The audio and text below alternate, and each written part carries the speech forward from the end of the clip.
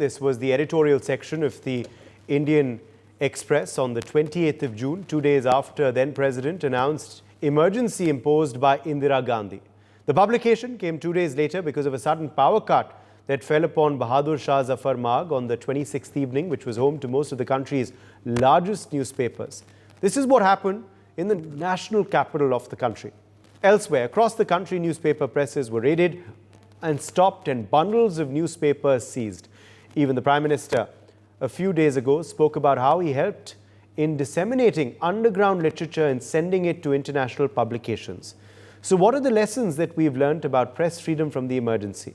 Today, when the Congress accuses the media of being biased, why don't they speak about what happened in 1975? And now that we've touched upon this topic, how do we ensure that media remains free and fair and learns from the lessons of emergency of 1975?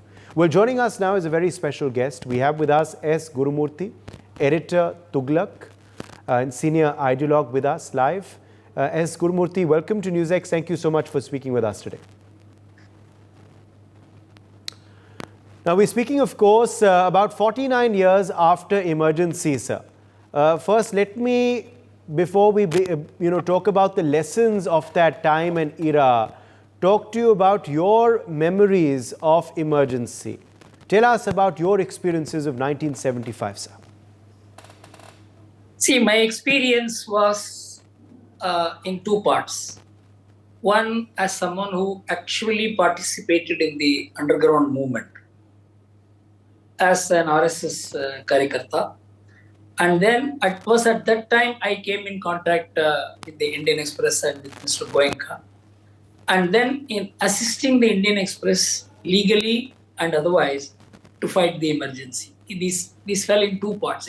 In fact, I was fortunate to be associated with the fighting of emergency as part of the media and at the same time on the ground. On the ground, my responsibility was to print and disseminate underground literature because at that time Tamil Nadu was under DMK rule and Gujarat was under the Janata rule. And so these were two islands in which some kind of underground activity could be comfortably carried on. So here we used to print even Hindi literature in other languages apart from Tamil and used to send it, and we had established a chain of Karyakartas for that. So that was one thing because the newspapers were not carrying the true news. That was one important job. The other job was, since I was underground, I was given the responsibility of procuring ration for about 150 Karyakartas who were in jail. They were the breadwinners. And so for those families, we had to supply ration for their children and all that, and their minimum expenses. So I used to go collect money and ensure that these families survive. This is on the ground. So far as the Express is concerned, I still remember Ramnath Goenka and me sitting without electricity. Electricity was cut off. So we had to file a writ petition and we worked under a lantern to prepare the details for the writ petition, and then the court stayed and gave us electricity. Suddenly, the printing machinery was auctioned and the Delhi Municipal Corporation came to lift the printing machine, which is to print the paper the next day. So for that also we had to sit and prepare the writ petition and go to the court to take a stay so that the printing can go on tomorrow. So I can go on and on and on as to how this whole war played out. It is not these 21 months which is important. It is not just to recall what happened. The more important thing is the constitution amendments which were made, and the most important amendment was the 42nd Amendment. Three things were important in that. One, that the fundamental rights could be taken away by a simple law. Two, unlawful associations, which included any association, including a political party, could be banned by an executive order. And any part of the constitution can be amended without being questioned by court. And you cannot approach the Supreme Court for violation of fundamental rights. And high courts will not deal with the constitutionality of the central laws. These were all fundamental changes in the constitution which completely destroyed the federal structure. And these amendments were signed by the president on 17th December 1976, having assured herself that there will be only a single party government and that party will be under the control of her family. Sanjay Gandhi played the most important extra constitutional role. Then only Mrs. Gandhi went for elections because she was sure she was going to get elected. Let us assume that Mrs. Gandhi had got elected. What is the constitution that Rahul Gandhi would have waived in the parliament? It is that constitution which destroyed the original constitution. Fortunately, Mrs. Gandhi was defeated and the accidentally put together Janata Party won and completely removed all the amendments made to destroy the constitution. And it is that constitution passed by the Janata Party which repealed the constitution framed by Mrs. Gandhi that Rahul Gandhi is showing as the constitution today. Imagine Mrs. Gandhi had won. So it is not just a 21-year horror.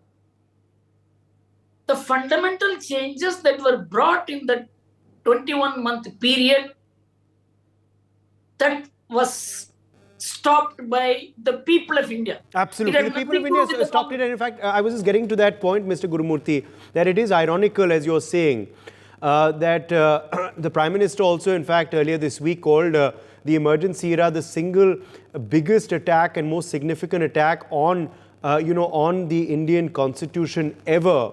And it is quite significant and interesting that on the very day the Prime Minister made that statement, opposition MPs, including from the Congress, including Rahul Gandhi, actually were getting copies of the Constitution and showing them to the BJP, saying you are the ones eroding the Constitution, you are the ones attacking the Constitution.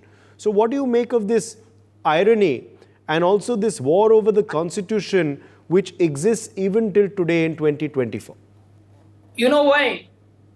2 generations have been turned into complete illiterates about what happened during the emergency.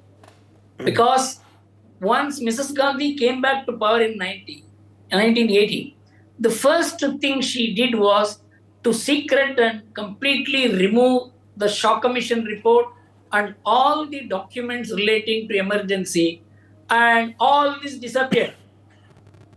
Ira Shayan, a DMK MP who valiantly fought against the emergency inside the parliament because he was not arrested, he had 1 copy of the Shaw Commission report. He called me. He said, I have applied under the Information Act, Right to Information Act, but they say no copy is available. I have 1 copy.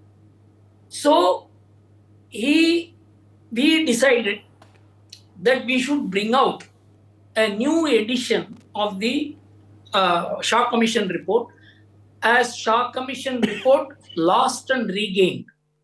And in 2010, in a function in which Advani, who was in jail for the entire 18-month period, and Cho Ramaswamy, who valiantly fought the emergency, they released this book between 1980 and 2010. Completely the idea of that there was an emergency and all this happened was erased from public mind. Only 1 document has survived, and that is now on record because of the efforts undertook by Cherian. How will the people of India know what happened then? How will these new set of politicians know what happened then? How will the Congress leaders know what happened then? And Rahul Gandhi was a 5-year-old baby at that time. So he is also part of the illiterate gang. So Yes. a nation is its consciousness, its memories was completely in a state of suspended animation.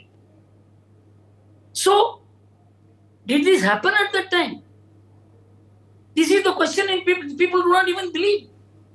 When I explain it to my grandchildren, yes, did it happen that way? The media people ask me, did it happen that way? The unthinkable, unimaginable did happen. So it is not the 21-month horror. If Janata Party had not won, what would have been the Constitution of India? The people of India must know, the media must know, the commentators must know, the political class must know.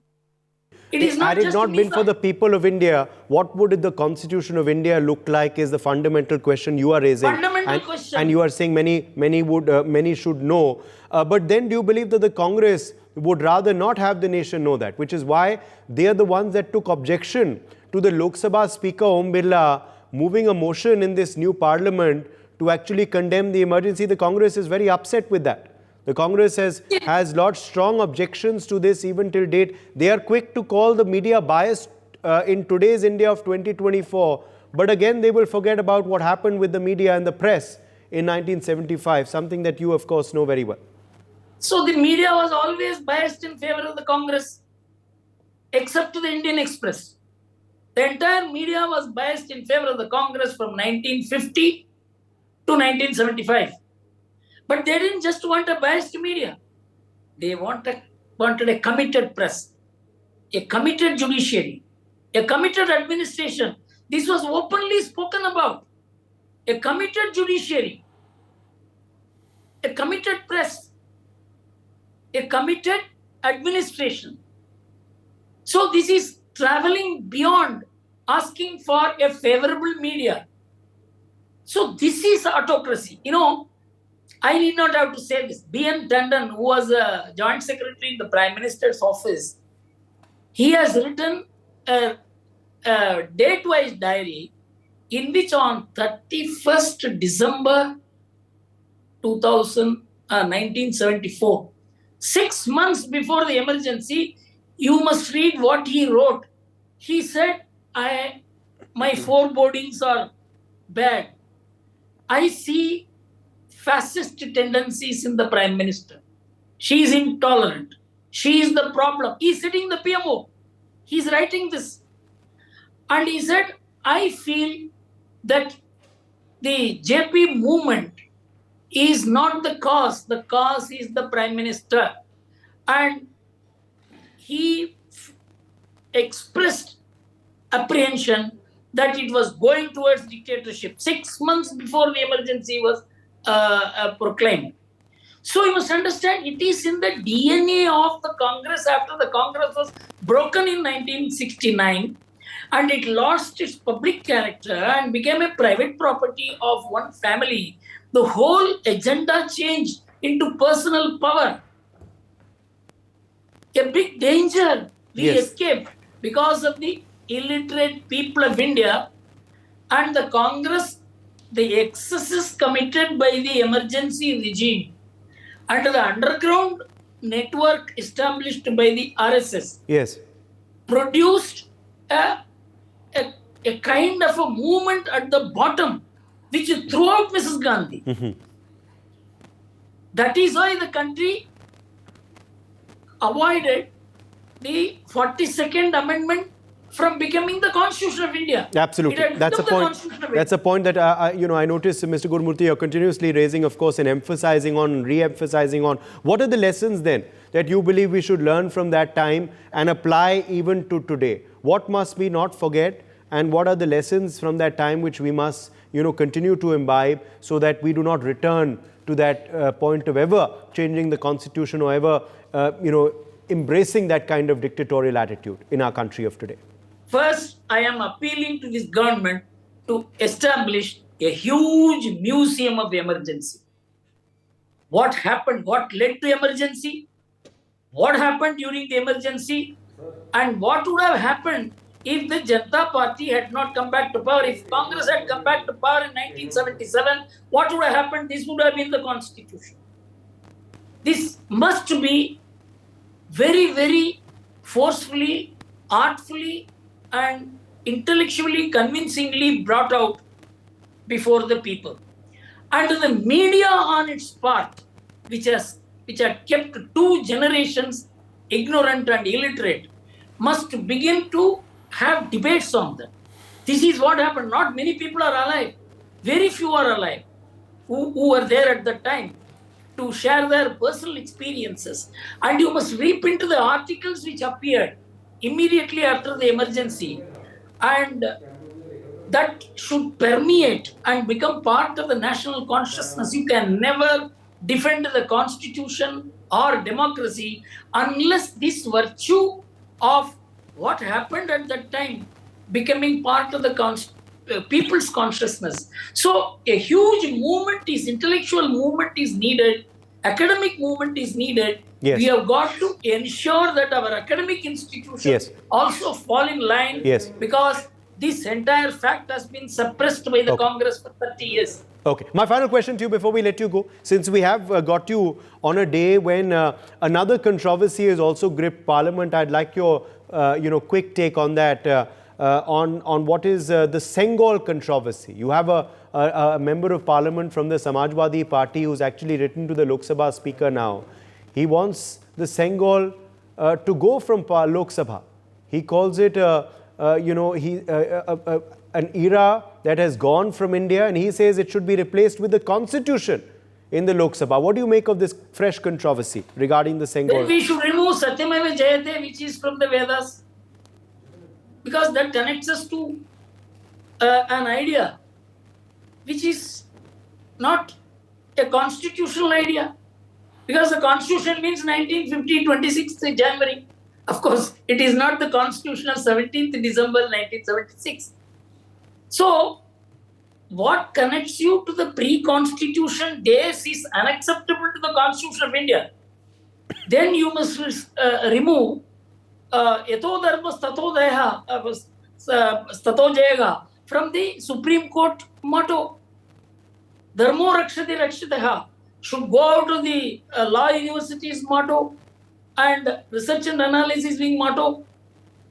What are you saying? This country was not born on 26th January 1950. This has an undateable commencement. Unless you are wedded to that idea, democracy in India will not survive. It is not a game of numbers. Pew Research in America, they came out with a very profound document which the Indian politicians must read. It said that there is polarization in America. Polarization is common in all countries. But the polarization in America is dangerous because there is nothing other than politics which binds the Americans, by this bipartisan politics. But in India, as Mahatma Gandhi said in Hind Swaraj, that we are bound by the people's faith in rivers, in temples, in millions of people moving from one end of the country to the other. Yes. And as Vivekananda and Aurobindo said, we revere the entire country. That is what is the foundation of Indian Republic. Okay, well, let's leave it at that. S. Gurumurthy, appreciate you joining us, editor Tughlaq and senior ideologue of the RSS. Appreciate you joining us on NewsX. I am not the ideologue of RSS. Yeah, senior ideologue. Senior ideologue. I'll leave it as senior ideologue. Absolutely. Appreciate you joining us. S. Gurumurthy, as always, very, very frank with your views and very, cherish your perspective on those two big stories of the day. Let me bring in three more guests who are joining us now. Deshat Nigam, political analyst, is also live with us now. Vipin Pabbi, senior journalist, joins us live. Joyita Basu, editor of the Sunday Guardian, is also live with us on the broadcast. Welcome. Thank you all for being with us today. Let me quickly draw you in here. Deshat Nigam first. Deshat Nigam, now we have, of course, a lesson that we can learn from the emergency, or we can choose to ignore that time never existed. The Congress party is still objecting to the motion being tabled by the Lok Sabha Speaker condemning the emergency. They would rather concentrate their criticism on the media of today than concentrate their criticism on what happened to the media in 1975. Why is this, Deshatrika? Uday, in fact, Mrs. Gandhi imposed the emergency just to save her Prime Minister's post, because Allahabad High Court had set aside her elections, and Supreme Court, in the initial hearings when the judgment came, when the SLP was filed, the Supreme Court also agreed with the Allahabad High Court. Subsequently, it went into review and the emergency was imposed. The entire judiciary was under chains. They had, in fact, bypassed the senior judges, made somebody else a chief justice. There was draconian measures taken. In fact, I was hearing to Mr. Gurumurthy. He was absolute dot on. The entire judiciary was changed. All the powers from the judiciary were taken away of review of fundamental rights, reviewing the fundamental rights. And nobody can question the then government. Absolute dictatorship was there. And the number of people died. We don't even know number of people died in there. I do know that 100 Swayamsevaks died of the RSS, both inside the jail and the outside. And let me give you a few datas, because since I'm a part of RSS, out of 1,30,000 satyagrahis, 1 lakh were Swayamsevaks. Under MISA, 30,000 were arrested, 25,000 were Swayamsevaks. And Balasaheb Devras was also arrested from Nagpur station.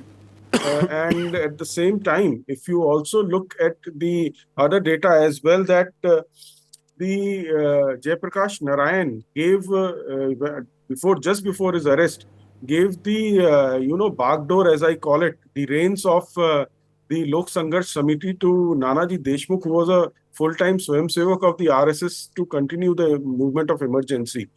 And the underground movement of the RSS sustained it. And in fact, it fed all the political parties and information that were going on, collecting funds to sustain the movement. And a person, just in order to save one PM's post, put entire India into darkest chapter of post-independence history of this country. And therefore, this day is not to be forgotten. I am so sorry to say that the Bharatiya Janata Party or the NDA in 10 years should have brought this specific chapters in full detail in all school and college curriculums. They have not. And this is where I have the difference with the NDA. You may raise it at all forums, but the younger generations must know what happened at that point of time, the draconian measures, the people killed, fired upon, the forced nasbandi that happened, the demolition of, places that had taken place. This will get wiped out, and this same kind of mistake, some party may tomorrow, come back to power and impose the same kind of emergency that we have seen. It should not be, it should be a part of your conscience. Such kind of happening should not take place. In fact, the Punjab, anti-India movement, Khalistani movement, which was there, it was an outcome because the Akalis did not support Mrs. Indira Gandhi in emergency. In order to teach a lesson to Akalis, she created Bhindarawala. And that, where we have, and Jammu and Kashmir, I don't have to go into what happened from Nehru's time, and we're still suffering.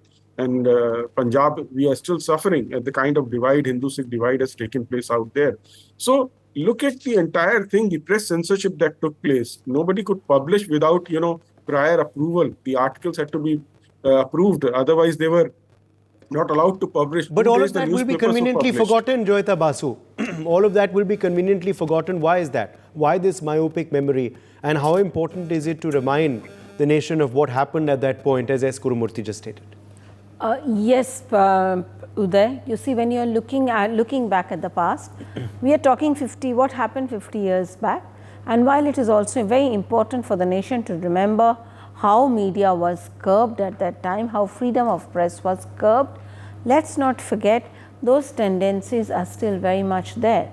Because whatever the Congress is as a member of the media, all these aspersions that are cast at us saying, about the media, about being Godi media and all, what was happening when, even for that matter, Manmohan Singh was Prime Minister, there was constant pressure on different newspaper groups, on different media groups about journalists if they wrote certain stories against Sonia Gandhi, against the Gandhi family in particular. We have seen how top names in journalism who are now talking about Godi media were actually going and taking something like cooking lessons from the Gandhi family. And even now, for that matter, if you go and check their timeline, what they are talking about, Rahul Gandhi is wearing a kurta to parliament. You see, that maybe is bringing in a new era of Congress politics. Oh, Priyanka Gandhi, I mean, they are fawning over these, the Gandhis. So, when these people start talking about freedom of media, about how the Godi media is nowadays, I mean, these people forget that they are the same people who have perpetuated. They were Godier than Godi from that matter. So you see, it is not just one-sided. It is not just one-sided that the Congress is doing it. There were people in the media who allowed this to happen. In 1975, from whatever we have read, Advani had said, you are asked to bend, you crawled. All right, and that is how the media, a large section of the media has been behaving with the Congress for a very long time. So, and that is why they feel very, they feel orphaned. And that is why all that anger against what they call the Godi media, which is a totally false, I would say, narrative setting.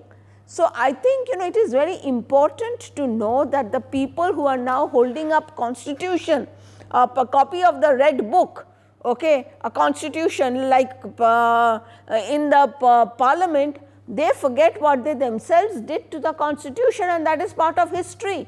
And we should remember, it is 50 years after what happened at that time, 1975.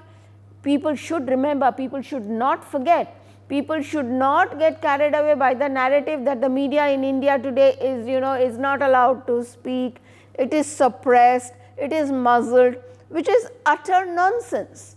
So, you see what happened, even as I am again going to say what happened even during Manmohan Singh's time, that should be documented, people should be told about it. Yes. Vipin Pabbi, what are the lessons you believe that we must not forget that should have been learned from the emergency era that are applicable even to today in 2024? Well, Uday, yes, I have seen through that emergency period, and I was a student at that time. And there was certainly a lot of fear and tension and everything about emergency. Very few people would speak out, except a few, like my own professor called Professor D.C. Saxena, who would say out things in the open in the class. But very few people dared, and very small elements of media stood up. There is no doubt about it. And I must say, with all my authority, that it is the most condemnable act, that emergency that has been imposed is a black chapter. Nobody can deny it, and it must be remembered so that we don't repeat the history. But at the same time, Uday, I was hearing Mr. Guru Murthy and Mr. Nigam and the lady just now. They have been very selective in whatever their approach. I am again saying I'm condemning emergency. But you are telling the same kind of things you are doing now. It's undeclared. It was undeclared emergency at one time. Just imagine, he's saying, Mr. Guru Murthy, that there should be a museum set up for emergency. Yes, set it up. Yes, do that. But at the same time, why are you forgetting so many other things? What the most ironical thing is, in the latest NCERT books, they've taken out references to Godhra and Gujarat and all kind of things. Well, on the one side, they say we must not forget and we must admit our mistakes.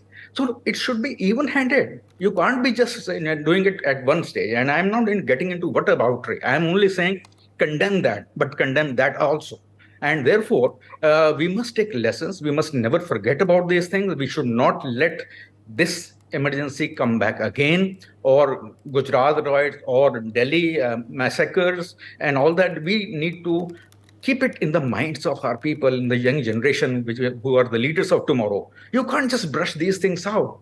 You have to retain the history. You have to have the facts. Unlike the NCERT chairman, or I don't know who, UGSC chairman said that, why should we bring out negative thoughts among people? Why not?